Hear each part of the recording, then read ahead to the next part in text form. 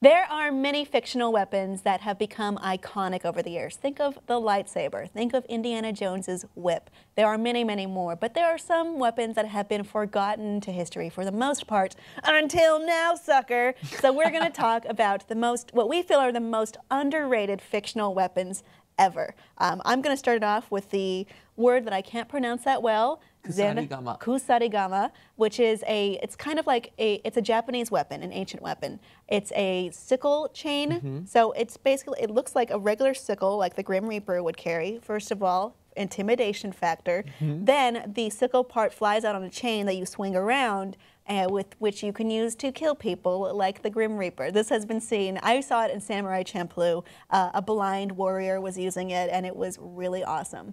But also Soul Calibur, Ivy uses something somewhat like that with her sword that separates by chain. I think we should be using chains more. It's scary and useful. But it's funny because the name Kusarigama, in my mind, kusa meaning like grass and gama is like sickle, so it's like cutting grass. That's what it would be. In a really threatening and intimidating and aggressive way, which is how I feel you should go about your life. What's yours? Let's see, gosh, so there's so many great weapons. Yeah, I'm trying to think like underrated, but you know, in Men in Black, there's like a lot of great design in that too. So I would say the noisy cricket doesn't get as much attention. The one that it's so tiny, but it's like so powerful, and that to me seems way better than like a huge gun that you can't carry around with you. So you know, just from like a day-to-day standpoint, especially like law enforcement or like alien enforcement, you can have that thing hidden away, and it's very powerful. So you know what? That's my first pick. I think that was just like an elaborate penis joke, really, where they put it in there like, oh, it's not that big. Yeah. Oh, I thought it was more on like how Derringers kind of suck, but this one doesn't. Right. Different strokes for different folks. Hey!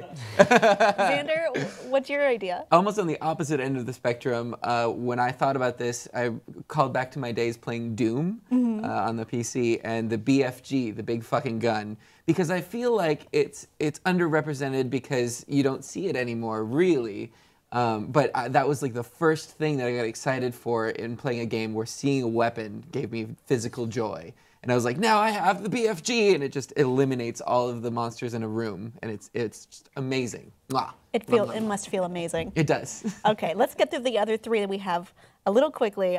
Mine is the Borderlands Molly 1 class of guns. So it's not necessarily one, but a bunch, because they're elemental, y'all. You should always pack corrosive power into your guns, as opposed to, maybe a bazooka or a rocket launcher or what have you. Elemental. Watson, get it?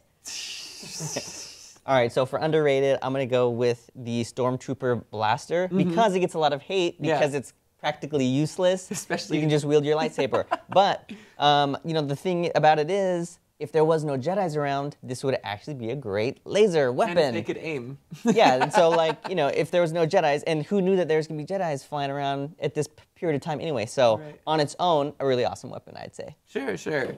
And the other one that I thought of was the Gunblade from Final Fantasy VIII, because I just thought that was a really cool concept of like ranged and melee, and it comes back in other Final Fantasies, but it's never truly like explored that power of having both ranged and melee. Well, this is an interesting topic to think about all day, audience. I want to hear what you think, but we will be seeing something more like this in your new show, Dustin.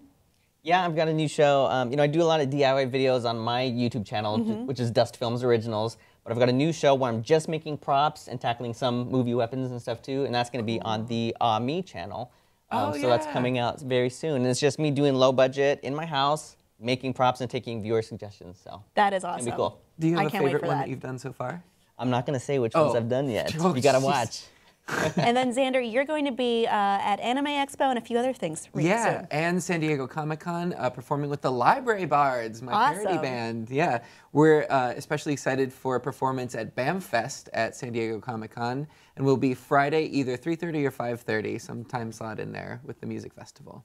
All right, well, you can definitely check that out. Please follow our guest social medias for more. I'm going to promote them too because I love them. If you have suggestions for maybe something Dustin should do on his show, why don't you leave them below in the comments? And guys, thanks so much for joining me this week. I had an awesome time with you. Yeah. It's the best. Thanks so much. Thanks for having us. Thank you.